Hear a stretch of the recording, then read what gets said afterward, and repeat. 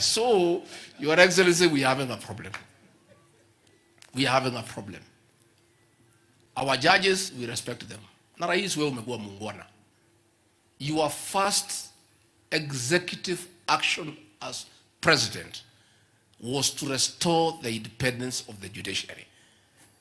1 hour after you came from Kasarani, you gazetted the judges who had been refused to take their positions by the previous administration. Kutoka hapo, ukawaongeza pesa from 18 billion to 22. You have never interfered with what goes in court. Mambo yote ya serikali yako imeletwa, wameangusha. Hujaongea, umenyamaza. We are asking these judges, hii housing mnasimamisha, hii vijana hawa mnataka waende wapi?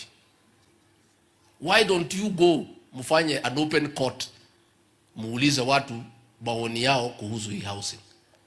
Hii health bill mnasimamisha, mambo ya hospitali. We are doing harambes every weekend ya kusaidia watu wakiwa na bills. So we want to ask our judicial officers to be patriotic Kenyans na wasikubali kutumika to stop things that are being done for the benefit of the people of Kenya. Na mimi nikimalizia, Your Excellency, rais, sisi tunakupenda na wewe tufanyie kazi. Na wewe hapana subuka na hii watu wanaongea mambo mingi. Rais Kibaki alipoingia pale 2002, mwaka wa 2003 at 2004, alikuwa anapigiwa kelele na kila mtu. Oh, ameleta VAT, amefanya nini, akapigiwa kelele, akanyamaza, akaendelea kufanya kazi. Mwishowe akimaliza miaka yake 10, si kila mtu anasema Mwai Kibaki ndio rais wa pekee Kenya. Rais, wewe umeshika ile line ya Mwai Kibaki. Kanyangia hapo rais wetu. Kanyangia hapo. Hii maneno itapita tu, wacha hii watu wapige kelele. Hata nimeona sasa wametafuta wengine ati wanaitwa watu ya opinion poll. Hao watu wamesema Raila atashinda mara 5. Sasa hiyo watu wewe unaweza kuwasikiza? Wewe rais wetu, wewe fanya kazi. Sisi tuko hapo kuunga wewe mkono. Na sisi tunakushikilia.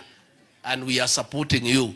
Na unajua sisi waoga, we are there supporting you. And I want to assure you, Your Excellency, nobody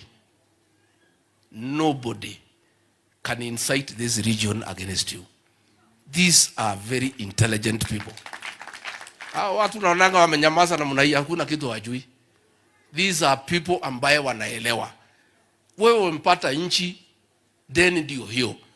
When Mwai Kibaki left this country, ilikuwa na deni ya 1.8 trillion. Amepatia Uhuru Kenyatta ndugu yetu, amekuachia na 9.8. Wewe vile Speaker Kingi amesema, ungejipenda useme ndio mimi nipendwe, wacha nichukue ifike 20 trillion, yule atakuja nyuma yangu atakuja kufanya nini? Lakini wewe umekuwa a patriotic Kenyan. That situation is not sustainable. Umeamua kwanza, wacha tujaribu kungangana na hii deni. Kwa hivyo lazima hapa itakuwa uchungu hapa na pale.